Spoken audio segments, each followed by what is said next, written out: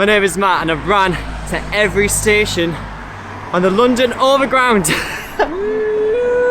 On the 22nd of May 2020, I started my endeavours running every line and station that features on the London Tube map, taking 22 days and 393.61 miles of running later and finished the London Underground, celebrating this achievement by running a marathon on London's shortest tube line, the Waterloo and City line. My name is Matt and I've ran every tube line on the London Underground network. After a short break, I restarted my underground adventure, tackling the London Overground, breaking it down into 12 sections. The first day started at Stratford and finished at Willesden Junction. First day of the Overground complete. There were so many highlights of running the London Overground, as well as a few lowlights too. I can feel like a shockwave of pain, which basically means frostbite. It's time for the Rotherhithe Tunnel.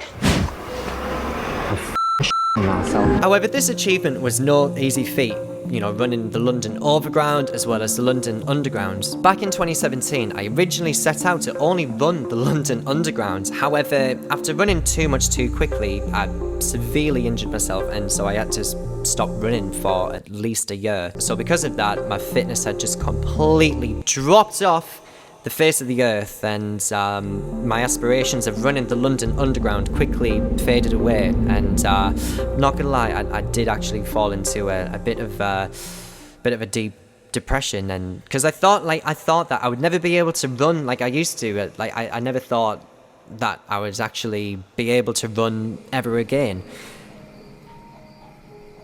Taking baby steps, I was able to start building my fitness back up again with the help of parkrun as well as the incredible support from my friends. And so by 2019, I found myself running longer distances again, and by 2020, not only did I return to full health, I was in fact in even better fitness than I was before.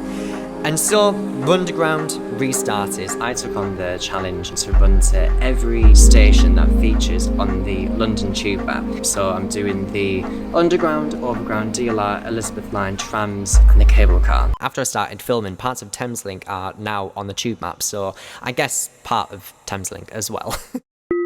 Which brings us to today, on the 12th and final day of running the London Overground. It was a Romford to Upminster branch, where I was supported by Josh, who was and has always been my personal cheerleader. I'm incredibly grateful to have him in my life. Keep running. Soon after leaving Romford, we found ourselves at Emerson Park, which means that the next station was Upminster, the final station of this branch of the Overground, as well as the final station remaining on the London Overground network. Here we are. I finally made it. My name is Matt and I've ran to every station on the London Overground. My name is Josh, and I've ran from Upminster to Romford. No, Romford to Upminster. Romford to Upminster. With 112 Overground stations ticked off, it took me 12 days and 136.16 miles of running. Which means if you combine running the London Underground and the London Overground, it has taken 35 days and a total of 529.77 miles so far. And there's still such a long way to go, with the DLR, trams, Elizabeth Line, Thameslink and cable car remaining.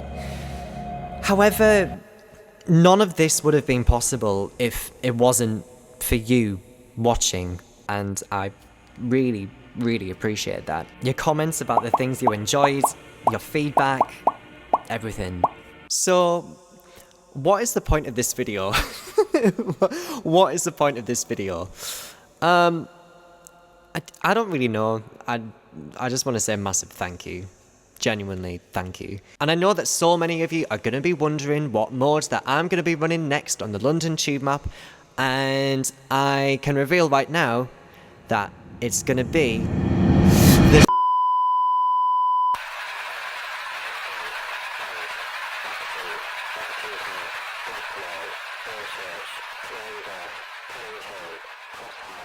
Custom House Direct Customized for Maritime Bridge, Cyprus, Deptford Bridge. Evans